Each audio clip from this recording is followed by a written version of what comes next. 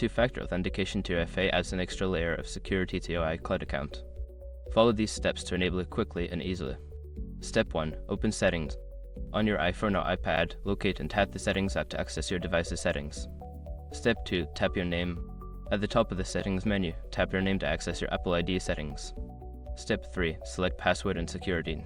Before changing your settings, use the src.com link in the description to open the password strength checker, then update your password if needed. Step 4. Enable two-factor authentication. Look for the option labeled two-factor authentication. Tap on it, then follow the prompts to turn it on. Step 5. Verify your trusted device. You will be asked to verify your trusted phone number. Enter the number where you want to receive verification codes and confirm it.